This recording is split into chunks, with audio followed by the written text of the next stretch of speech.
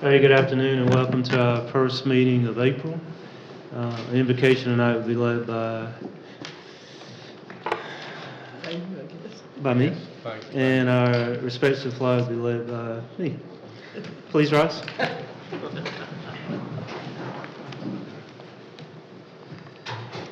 Father, we thank you for this day. We thank you for the many blessings that you bestowed upon our community. We feel your guiding hand as this council moves forward, this policy-making council moves forward. For the city of Anderson, as always, we ask that you protect our citizens, you protect those on our team who are on the front line of police, fire, and public works. We ask that you protect them and keep them safe and away from harm. In your name we pray. Amen. Amen. I pledge Allegiance to the flag of the United States of America and to the republic for which it stands, one nation, under God, indivisible, with liberty and justice for all.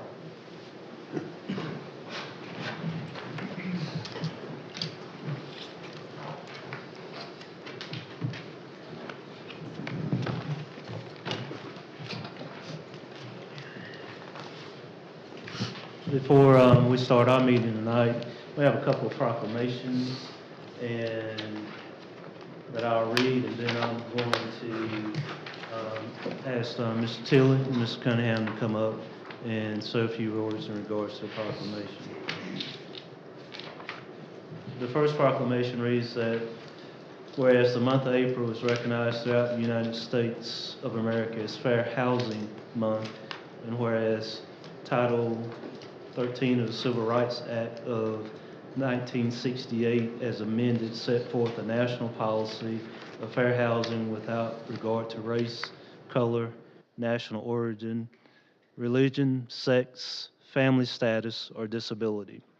And whereas housing is a critical component of family and community health and stability, and whereas both state and federal offices of the Department of Housing and Urban Development continue their efforts to promote and educate as many citizens as possible about every person's right to enjoy equal opportunities in housing, ensuring that all Americans have the opportunity to achieve the American dream of home ownership.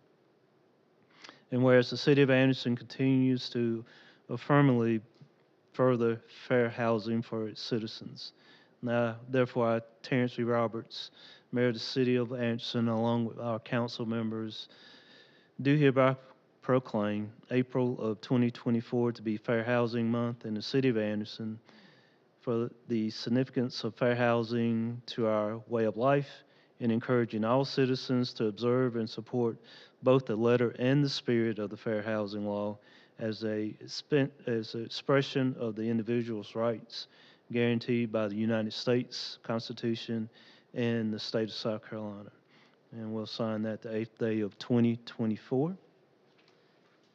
And the second proclamation reads, whereas the week of April 1st through April 5th of 2024 has been designated as the National Community Development Week by the National Community Development Association to celebrate the Community Development Block Grant, that's the CDBG program, and the Home Investment Partnership, the HOME program. And whereas the CDBG program provides annual funding and flexibility to local communities to provide decent, safe, and affordable housing, a suitable living environment, and economic opportunities to low and moderate income people. And whereas the HOME program provides funding to local communities to create decent, safe, and affordable housing opportunities for low-income persons. Nationally, over 1 million units of affordable housing have been completed using home funds. And whereas the following activities have been funded: owner-occupied house rehabilitation assistance, home ownership assistance to first-time home buyers, public services including the promotion of fair housing, in addition to economic development by providing loans to small business and micro enterprises. Now, therefore, it be resolved that the City of Anderson designate the week of April 1st through April 5th of 2024 as National Community Development Week in support of these two valuable programs that have made tremendous contributions to the viability of housing stock, infrastructure, public services, and economic vitality of our community. Be it further resolved that our community urges citizens and the administration to recognize the outstanding work being done locally and nationally by CDBG and HOME by supporting increased funding for both programs in the fiscal year of 2024. And we'll sign this also on April the 8th. I know Ms. Till and Ms. Cunningham, I know as y'all come forward, I know we had some activities during the week of National Community Development Association. Maybe get Mr. Tilley to talk about that. And Ms. Cunningham has always been a proponent of this. So, David, would you go first? Thank you, Mr. Mayor, and members of council, city management staff, Dave and Andrew. I won't take long. I did want to thank you for your continued support and what we do in community development to improve our neighborhoods and to make an impact for affordable housing for our city residents. Thank you. Thank you. Mr. Cunningham. Yes, sir. Mr. Mayor and city administration, city council, two things. One, thank you for your support of the Community Housing Resource Board of Anderson through staffing and helping us also maintain a fair housing hotline, and also just for your willingness to read and adopt these two proclamations. Community Development Block Grant as well as Fair Housing are two wonderful tools in our toolbox to help continue to build a healthy and sustainable community. And your public support of these is just really, really encouraging, knowing that we have opportunities out there as a community and knowing that you're willing to help work to address those opportunities and create a more healthy and sustainable community. So those things are very encouraging.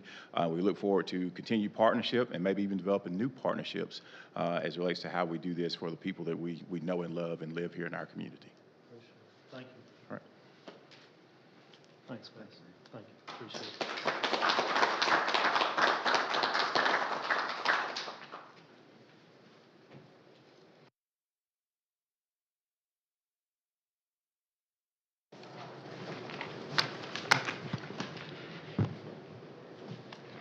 Yes, those are two good tools that we have in our toolbox. We could almost use more federal funding, for sure. The minutes of our March 25th meeting have been distributed. Are there any corrections or additions to those minutes? Not hearing any, do I have a motion to approve? So moved. First by Dr. Thompson, Second. second by Mr. Newton. All those in favor say aye. Aye. Opposed? The minutes of March 25th pass unanimously. We don't have any old business. We have 4 items of new business. And the first item is request consideration to purchase a trailer for the wastewater department. Mr. McEwen.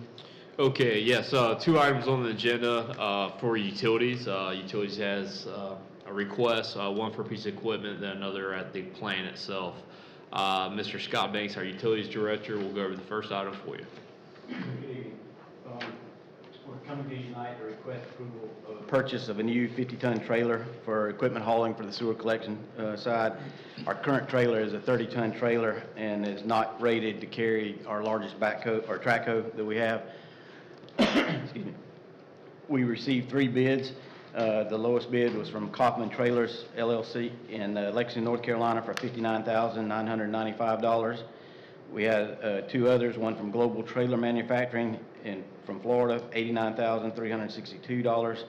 Load King, Decatur, Georgia for $110,308. This conforms to our strategic goal of assuring sustainable growth by pursuing long-term infrastructure projects and maintaining sewer treatment capacity.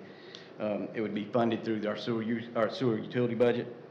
And with that said, staff recommends the purchase of a 50-ton lowboy trailer from Kaufman Trailers LLC in Lexington, North Carolina for $59,995.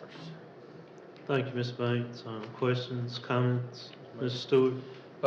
Just curious, have we ever done business with Kaufman Trailers in the past? And the reason why I'm asking, I'm just looking, there's a $30,000 price difference between there and the next bid, and then, probably 50,000, yeah, between the third bid, and, you know, you're pretty much, you know, you're asking for a 50-ton trailer, you would pretty much think it's apples and apples is what you're asking, you know, regardless across the board, whoever you get it from, just wanting to make sure we're getting, and We have bought from Kaufman and Art Garrison, my wastewater collection manager. He was a contractor in a past life, and he has used Kaufman and assures me that this will meet our needs, and that, you know, because when I saw those differences in price as well, I was like, all right, Art, what's the deal? And he said, well, the other two, they're just a large name brand kind of thing, but he is confident that the Kaufman trailer will meet our needs. you're confident, I'm confident. Any other questions, comments? Mr. Roberts? Jeff? Mr. Banks, will this carry the heaviest piece of equipment that the Yes, sir. city owns? Yes, sir. Okay. With that, Mayor, I'd make a motion to approve this. Have a first by Mr. Horvath, Second. second by Dr. Thompson. Any further discussion? All those in favor say aye. Opposed?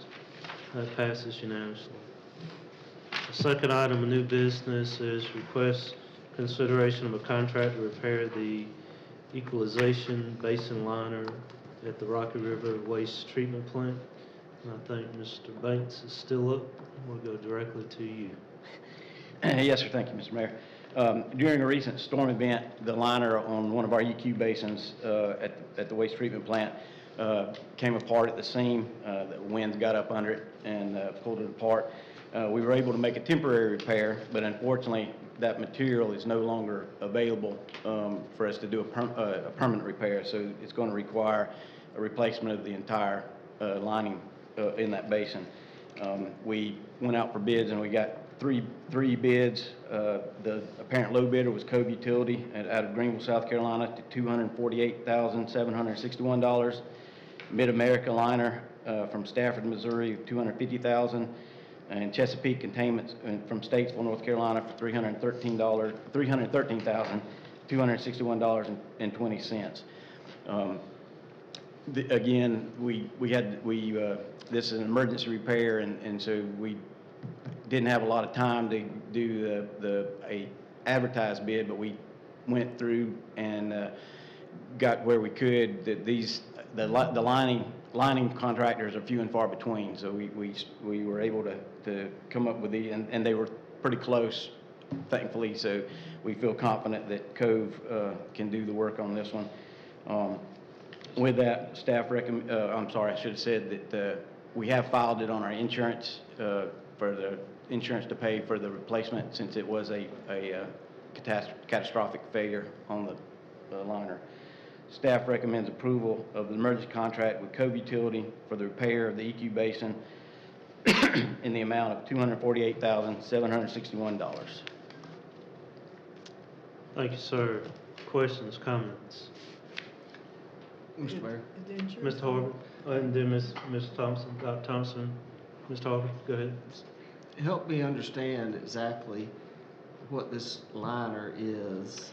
It's a fabric, and it's almost like a styrene type of, or not polystyrene, but like a epoxy cloth. But it's in one of those ponds? Yes, sir. It's one of the EQ basins. Yep. They're 5 million gallons each, Yeah. or roughly, and there's 2 at each plant. Yeah. And this is also there's also a flow equalization basin. And that's what this one is the flow equalization, which it's as you're coming into the plant, it's right up on top of the hill where our influent comes to and I is think it's separated. where our And bus got stuck that time when I think it's where the bus got stuck. Not the last time. Not the last time, the time before last. But I'm familiar with that pond. Let's call it a pond, and it's rather large. I think Yes, sir. to take that line. I mean, I think that doesn't sound too expensive to me, too. I mean, 'cause it's a big old. I mean, it's Yes, sir. basically lining the entire thing. Well, fortunately, like, it's not the cost of the original construction. The original construction would have been the excavation and everything else. And so this is basically just taking the material that's there off and placing new material back on, so. The original construction, the excavation, and the piping, significant investment in the liner. Dr. Thompson? I was simply gonna ask that, we got 3 quote sheets, 278, 250, and 313, but the insurance have paid any of those amounts? I'm sorry, I didn't. Would the insurance have paid either of those amounts? Yeah, the question being what's the File status of the claim. insurance claim and. We filed it on the insurance claim, and I have to check with Ms. Holden to confirm that everything is finalized, but it's our understanding that insurance is gonna pay that for us, minus our deductible, which I think is $1,000, if I'm not mistaken. But you're satisfied with the quality that you're getting? You're satisfied with the quality? Yes, ma'am. That you're getting? Yes, ma'am. Cove has done quite a bit of work for us in recent past, and they've done excellent work for us. With that, I make a motion that we approve this account, we approve this bid. We have a first by Dr. Thompson, Second. second by Mr. Lockridge. Mr. Jeff Roberts? Really a question. This is being the equalization basin. This work can be done without interruption of the operation of the plant? Yes, sir, because we can divert into the smaller basin, plus we can also hold in some of the other basins that are on the campus. So timeline for completion is? Within a roughly week. A week? Yes, sir. Okay. Wow, that's crazy. The key is getting them, because they're very big. Like I said, unfortunately, these contractors are few and far between, so the key is getting them there and getting them going. So, probably digging into the weeds, how do you know, do you know that it was damaged? I mean, is there Because when the a wind... bill that goes up, or, you can see it, or? No, this particular time, the wind, it was during one of our heavy storms, the wind, I guess, got into that seam, and it ripped it, and a large portion So it's of it was laying up on the obvious. side of the bank. But like I said, we were able to at least temporarily get it back to where we can use it until we could make a permanent repair. Gotcha. Any other questions? Had a first and a second. All those in favor say aye. Aye. Opposed? That passes unanimously. Thank you, Mr. Bates. Our third item of new business is request consideration of an emergent engineering contract for Main Street paving. Ms. McEwen. Thank you. It's been identified through our capital project plan over several years in our 5-year plan to pursue engineering and then also look at the evaluation and proposals to look to repave Main Street. I asked our city engineer, Lucretia Bilberry, to lead this project for us from the engineering stage through construction. With that, we have a proposal before you, Ms. Bilberry. Thank you. Last year, we had Davis & Floyd conduct a study for the Main Street paving to see what we had, what our condition was, what they thought we would need to be able to pave Main Street.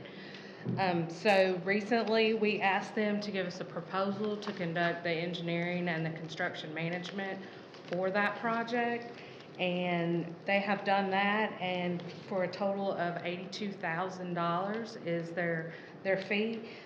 This includes the project management, the design services, planning, permitting, the bidding services, so they will help us with bid documents, evaluating contractors, that sort of thing, and the construction engineering and inspection services. And this would, my understanding is, be a full-time inspector on site while paving operations are going on.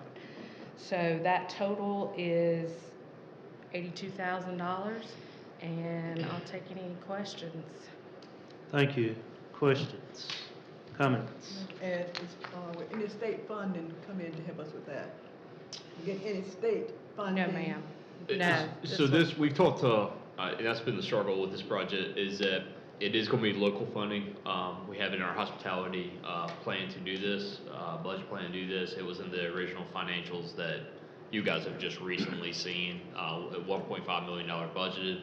We don't think it's gonna cost that much, but we put that in there in case there's some additions. The unique thing about it is it's different than what we normally do with just paving a list of streets, because it has not just the street, but then you gotta think of the parking and the angles and everything else that you have to get to the curb line, the sidewalk, that are different throughout the entire process.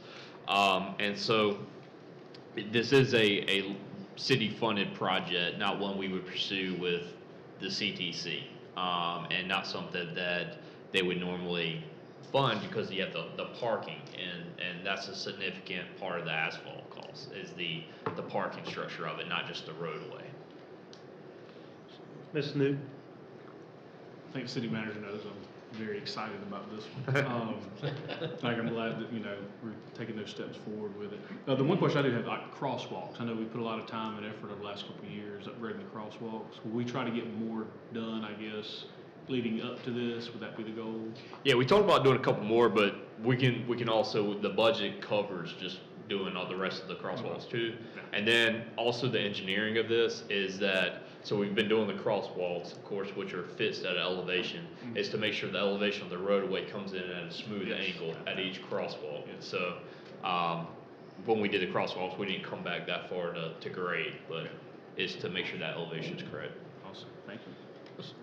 Ms. Stewart? So once the project gets started, we anticipate from start to finish 15 days? Is that business days? That is what they anticipate, yes. I think that is gonna require a lot of coordination, mostly on our part, on the front end. But it can be done in 15 days, yes. And I know that CE is up to 15 days, his oversight, so do they have if it goes beyond that, do they have a daily price on top of that? Yes, they have an hourly price on that, and I'm not sure if I have that one with me. That's okay, that's fine. But they do. Hopefully it won't go over it. Hopefully not, hopefully not. And this team's really good. I mean, we interviewed them. I mean, they've been on our own call list in this category. However, we did an extensive interview with them about this particular project, and they sent us the best paving folks they have, and there's significantly in that business of engineering. They do major DOT projects and everything else, and so they do structural work for bridges and so forth. So we look forward to working with them. We were very pleased with the initial assessment they did of it and their process on that, and so this is just the next step. Good. And this is Dr. Thompson? repaving all the way down, to the base and coming back. It's just not resurfacing over the top. So they had FNME do the evaluation of the structural. They took bores and samples all the way down Main Street last year, and the base of Main Street is actually in really good shape. There's anything from compacted soil to concrete as the base, and they believe that the recommendation was a mill and resurface. So it was either 2 or 3 inches of mill. I think it was 2. And then obviously I expect there will be portions that we get to that will need some full depth repair. And we'll have a detail and a process for that when that happens. But in general, they were very pleased with the actual condition of the base. So good to pave it now before the base is bad too. Dr. Thompson? Some people ask, this is a very needed project. But once you get to Tribble going north and once you get to Reed going south, are you planning to move ahead in those directions? No, ma'am. This is just encompasses that, and actually it moves back into DOT Street, not at Tribble, but at Reed Street and below it moves back to SCDOT. So the city just took over the portion when City Council pursued doing the streetscape portion of Main Street, and y'all completed that project some time ago. Took over the Main Street portion of this, and that's what we're responsible for. So outside of that, and of course we already did from Tribble Street up to To Calhoun. And so we have that part done, and then we stop essentially there, to the intersection, still DOT, at, Greenville and Main, still DOT, and so, and then to the south, everything's DOT. When was the last time Main Street was repaved? Anybody know? Good question. Yeah, long time. It has been. We've done patches of it, I know. So basically, the city owns from Calhoun to Reed? Yes, that's correct. Okay. Because we recently took over that Calhoun section when we did that streetscape. Right. Mr. Harvey? I know we had, I think the guest budget was like 1.5 million. Didn't we, have a percentage of the engineering on a contract? What is that normal? 10%. 10%. So we're hoping it'll come in. Yeah, so actually their estimate, we made more healthy budget, just Yeah. due to some other things that we could foresee, or some options that we may want. And so just for budgeting purposes, we put 1.5 million. They're estimating straight out, but that's if you were to price it today and so forth. Or actually when you priced it, when they did the assessment, which was 2023, was 850,000. And so we've upped it a good more, because if you were to price it today, we know that number would be different, plus options that we may want to consider doing the project. Ms. Roberts? Jeff? Since we have a healthy budget, are there identifiable improvements beyond the resurfacing? I know of a number of curbs that are problems that people seem to run over there. You just look at the tire marks on them. Enhanced markings, perhaps, like crosswalks were mentioned. Those are some of the things. Utility upgrades Right. or anything like that? Utility upgrades, we're fortunate that Duke Energy recently upgraded downtown, and you have the vaults, and they did the vault upgrade, and we kind of need to wait on that, frankly, to do Main Street paving. And so they did the concrete, reinforced those vaults, replaced some of them. And so we're in good shape there. Scott, if you want to speak to the water lines or the sewer lines, I know we've scoped all of them and surveyed them recently. We've done stormwater work already with lining. Of course, you're aware of some of the linings that we've done off Main Street. Most of that flows, one way or the other, but mostly to Murray Avenue. So we're in good shape there. But yeah, there'll be some options and details such as curbs. Do we have extra money to go a little bit farther down? Maybe a side road, and then just little things like do you enter a little bit more into Church Street with new pavement as well? Right there, or do we do something different? So there's going to be options that we're going to need to talk about throughout the design as it goes further. And do you keep the trolley tracks in place or do you not? Right now, they have a design to keep them in place, but then it needs to be rebuilt if you do the base of that. And so there's a lot to think about, and that's why it wasn't so simple just to go and, hey, we're just going to take a machine straight down Main Street. Yeah, those trolley tracks were found when we were actually when we were building the hotel. Yeah. And we went deep on sewer there. We had to go through the trolley tracks and cut them. What about telecommunications, fiber? Yeah, they've actually, they have conduit, and they're in good shape, and they've actually upgraded that too, so, you've probably seen them a good bit out there the last couple of years doing that. And they have manholes and so forth throughout downtown. Any other questions, comments? With that, Mayor, I'd make a motion to approve this. First by Mr. Harbin. Second by Mr. Newton. Any further discussion? All those in favor say aye. Aye. Opposed? That passes unanimously.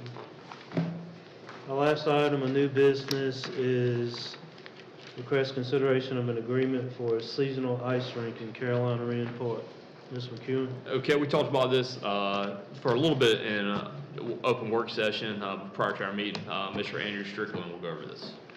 Thank you, Mr. McEwen. Mayor and Council, what you have before you tonight is an agreement with Seasonal Ice LLC to provide the City of Anderson with an ice rink during the Christmas season of 2024 this year. As you recall, Holiday Ice began in 2015. Beginning in the 2016 season, we made an investment to create kind of an underlayment system for the synthetic ice rink that we installed that year. And then it's grown since then to the current stage that it is now. Generally, beginning in 2016, we have seen a pretty high visitor count downtown. Holiday Ice was originally built to draw visitors downtown during the holiday season, during Christmas season. And that impacts our downtown merchants, our downtown restaurants as well, and really creates a nice environment during Christmas downtown. So beginning in 2016, we've seen kind of a steady drop, just a lull in Holiday Ice over the years. I think it's time to reinvigorate Holiday Ice. The last several years, we've made an investment to enhance the Christmas decor downtown through lighting, through different decorations downtown, just to beef it up a little bit and make it a little more special during Christmas. And this would be another investment in that towards that end. This agreement would be a 3-year agreement annually for $137,500 annually to Seasonal Ice to provide the rink. They do the complete setup. That includes a chiller as well. They do all the setup, the maintenance of the 24/7 maintenance, of the ice rink during the season. They take it down at the end of the season as well and store it for us until the next year. They will also train our staff on how to resurface that ice and keep it fresh for skaters. Happy to answer any questions. Staff does recommend approval of this item. We did have a robust discussion, good questions, but I'll open it back up for questions and comments. Mr. Stewart? Just, thinking about some things that we talked about during our executive session. I know that. No, it was an open session. Open session. Yep. Is that I know typically, we fund it with, our staff provides the staffing of the ice, and I know through our sponsorships and through, I guess, our admission, that kind of makes it a wash to balance out. But as we talked about, and as we know, is we paid about $130,000 for our setup that we have now. But just looking at $137,000 over the next 3 years, that's a little over $412,000. And kind of like Councilman Harvin said, we started out with around a little over 6,000 people visiting it our first year, maybe because it was new, everybody was excited, but over the years, for whatever factors, I think most recently we're down to about 2,000 participants in Holiday Ice. I'm all for it, but before I think that I could approve moving forward with this, I think we need to have some type of concrete marketing plan put together in place. What are we going to do to attract these visitors back downtown, instead of just saying, oh, well, we're going to, just change the scenery downtown or whatever the case may be, because I don't want to spend that money and it's still going to be 2,000 people downtown. For the common person, they probably won't know synthetic ice from real ice. They're just out there skating, and having a good time, So, again, I would be supportive of it, but I don't know if there's a real rush right now. Do we need to make a decision now? It's only April. Holiday Ice comes, sometime after October, November.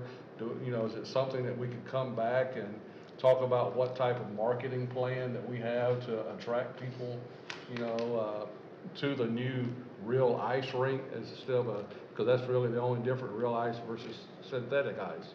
Maybe that question was as far as timeline. I mean, as far as us giving approvals. Yeah, we are getting down to the wire, actually, believe it or not, because the rink itself does need to be fabricated to fit our needs. We also have to order a chiller specifically for our ice rink. Having said that, I think from what I understand from our vendor here, as long as we're approved before June, so June, I think we've got another month. Will that give us enough time to come up with a marketing plan? I mean, it's going to be tight, You know, there's more to it than just coming up with some ideas.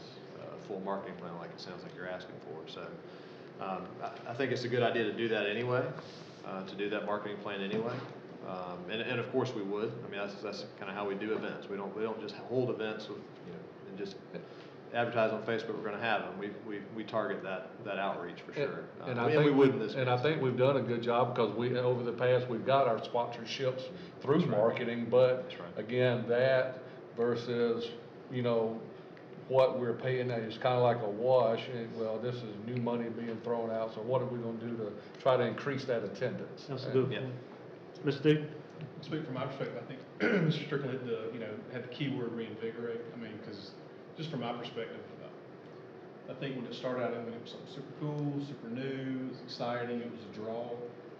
But I feel like it's kind of run its course. But with a lot of things, I mean, you want to build upon what you put in place. I mean, just using my family as, an example. My kids, they've gone a few times and stuff. The draw's just not there anymore because it's synthetic. You do it a couple times. All right, it's cool, but the draw's not to come back really every year. Because once you've done it a couple times, I don't really see that draw. I mean, and for marketing, I think, holiday ice now with real ice. I think, because that's the one thing I've heard probably the last couple of years is, I think it went from, oh, this is a cool new thing to that's fake ice. That's fake. I think it lost its appeal over the last couple of years. So I think, having real ice, plus, you look around at the other communities who do the real ice, they're peer communities, I know people who leave our community to go to other communities for real ice. And so I think anytime you can keep those people in our community spending money downtown, supporting our merchants, I think it's exciting. I think that it's a long term, I think it'd be money well spent. And plus, I'll say this, there's a lot of things we approve and, people don't like and we catch flack for, but I will say this, holiday spending and the lights and anything associated with that is one thing I will say that generally has been very well received by my constituents, so I'm very excited for it. Thank you. Anything else? Question? How many days is it planned to be open this year? The first week of Thanksgiving until December 31st.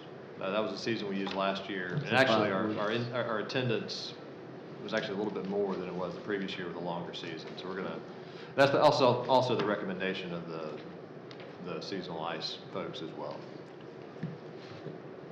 Dr. Thompson? I think it's a good funding, a good draw, as Kyle mentioned, to get people back downtown. We do need to have some variety of things going on.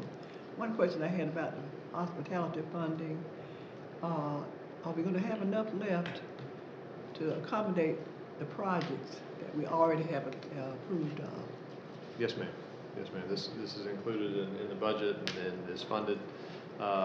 In fact, we don't bring projects to you unless we can fund them and fit them comfortably in our budget. Ms. Luckett? This sort of goes along with Councilman Newton's statement. I think the whole situation is that if we were to get a synthetic rink again, we'd still have the same synthetic rink and there wouldn't be a draw to that. Is that correct? Is that basically what we're saying? So we have our current rink that we've used for several years, and there's really no improvement to be made to a synthetic rink at the end of the day. If we were to decide to say, get another synthetic rink to replace the one we've got, we spent $130,000 originally to build that. Could we get just the synthetic material at a bargain-based price to be able to put that down versus the ice? And would that do what we're trying to do, is bring people downtown during Christmas if we just had brand new ice, brand new synthetic ice? Well, I think that's the thing we're saying is I think that it's the synthetic ice, the synthetic effect, and that experience has run its course, to use Councilman Newton's words, has run its course downtown. And that's why we're bringing to you real ice, because we feel like that's the next step to holiday ice. If we want to continue to grow a signature event downtown, that's the logical next step for holiday ice. Okay. I think people have just gotten used to that too. Like your pure cities have it. When you go snow skiing anywhere, you have it. The North Carolina cities are flooded with it. And so, I mean, that's just so much of what I hear from the kids, and my kids' age is kind of this Well, this is. target group, and I hear a lot of that. Well, you know, we were just talking about bringing people downtown. One of the things we could do is have an Anderson University night, specifically for them, because that's, you know, there's a good many people that go to Anderson University, and those folks are young and they're enthusiastic about that kind of thing. I think it would be great to have something like that to encourage people to come downtown. And there's lots of other things that you can encourage people to come downtown for by getting involved with different groups in Anderson.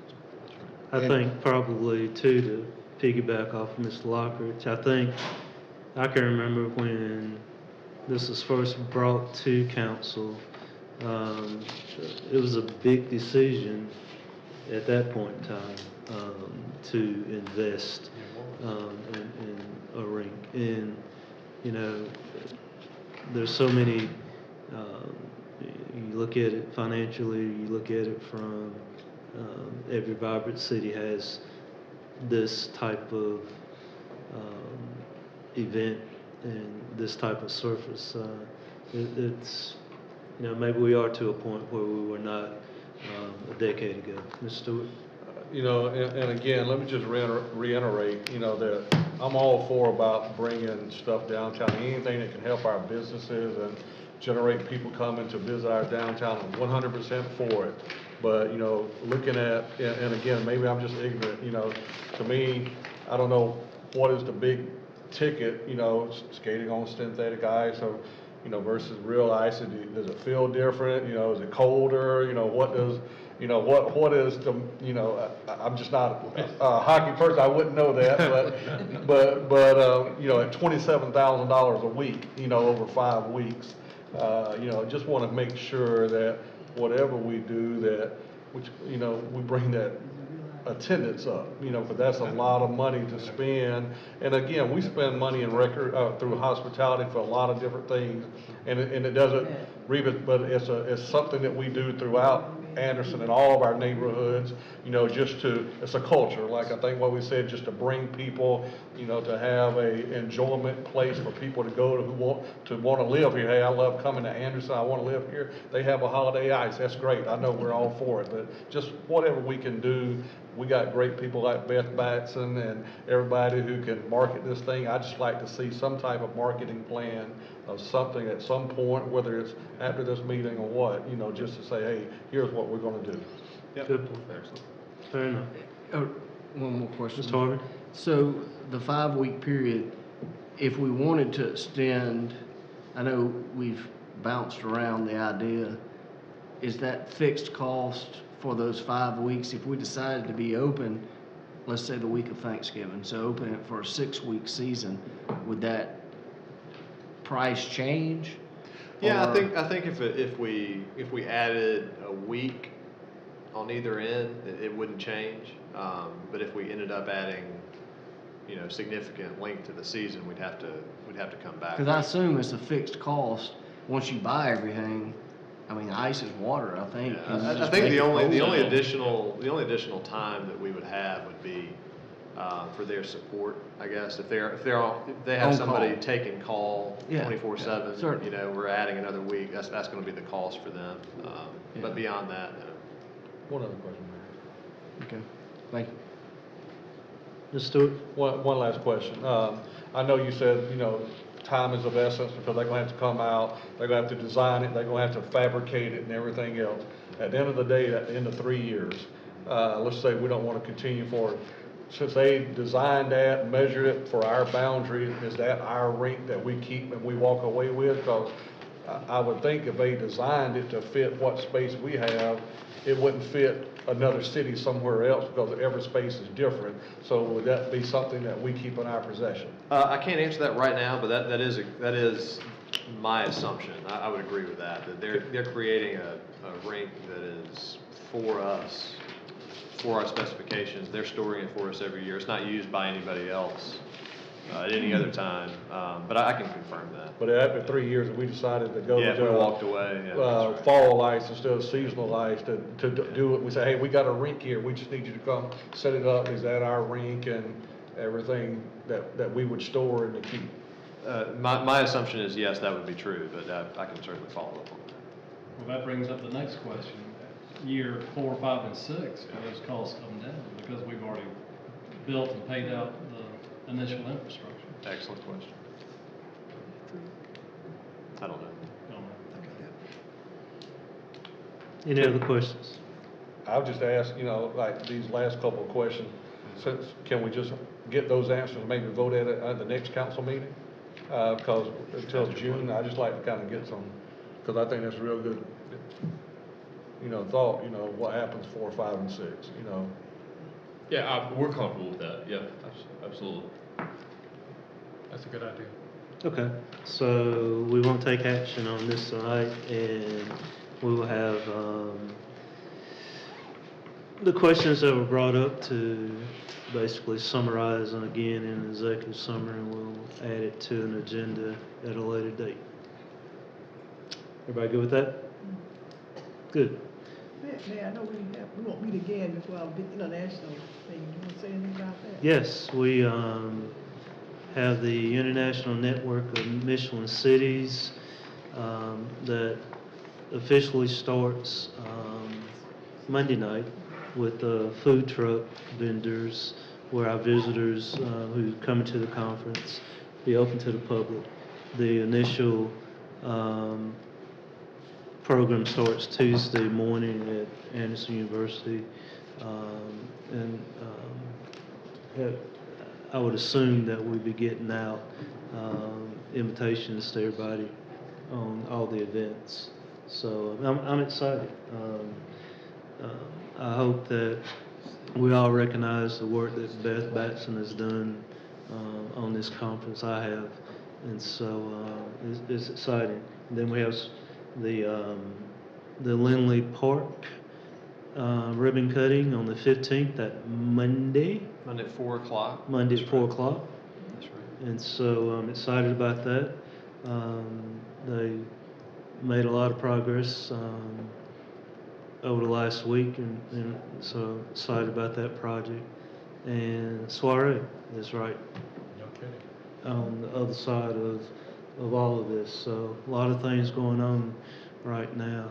That's why Mr.